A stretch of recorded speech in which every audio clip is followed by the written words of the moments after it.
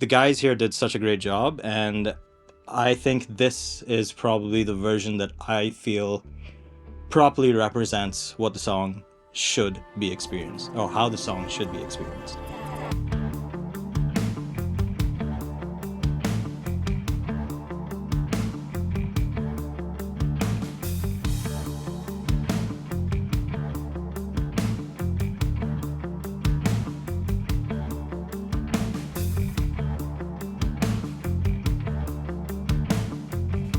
Hey, I'm Brent. I'm Red. I'm Bobak, and we are The Shoeless Crew.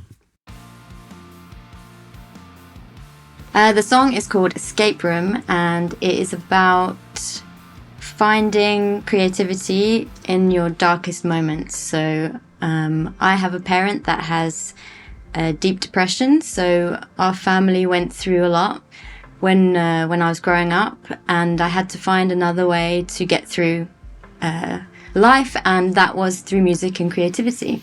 So when I got to Dubai years later, I was going through a similar experience where I got very low and depressed, and these two got me through it.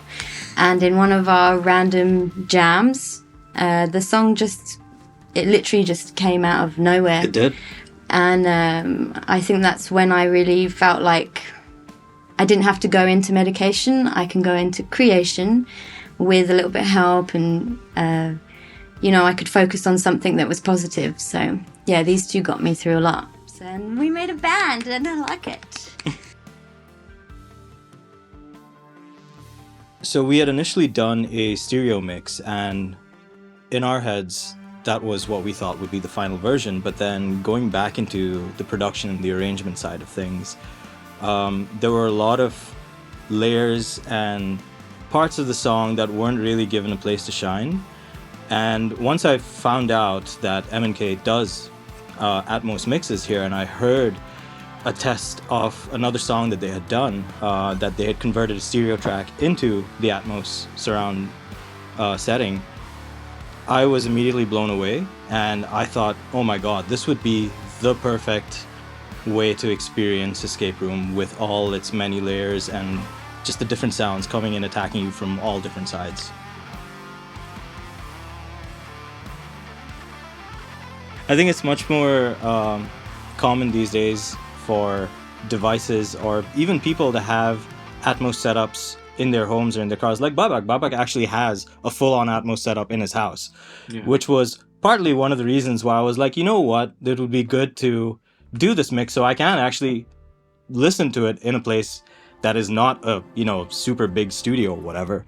Somewhere I can just, hang back, listen to the track, how I'd envisioned it. Well, this is spatial audio on AirPods, right? Yeah. Okay, so that's what I was going to say. I was going to say a lot of people use AirPods and 100%. Other earphones that support Atmos spatial audio. So I think if people are creating music and mixing it in Atmos, people are going to want to experience that more and more with the future music that's coming out. So yeah, I don't think that Atmos is a future thing. I think it's very much a now thing, and I think it's definitely going to be adopted I think it's going to become a requirement, just like how stereo is, personally.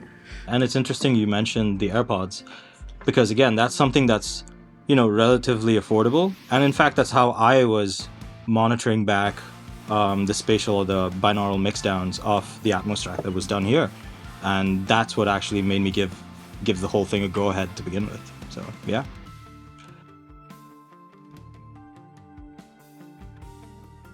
So because I'm an engineer, it was super important for me to find not only a facility that could provide the specifications for Atmos that I was looking for, but also to find a team that understood how to translate my stereo mix into something even bigger and better. And I think the guys at M&K did a fantastic job, from things like file delivery stuff, or even just translation of the mix was top-notch. They can listen to it on Apple Music, Ngami, or any other platform that supports Atmos. You can find us on Instagram at Shoeless Crew, where we have a Linktree. with all our music.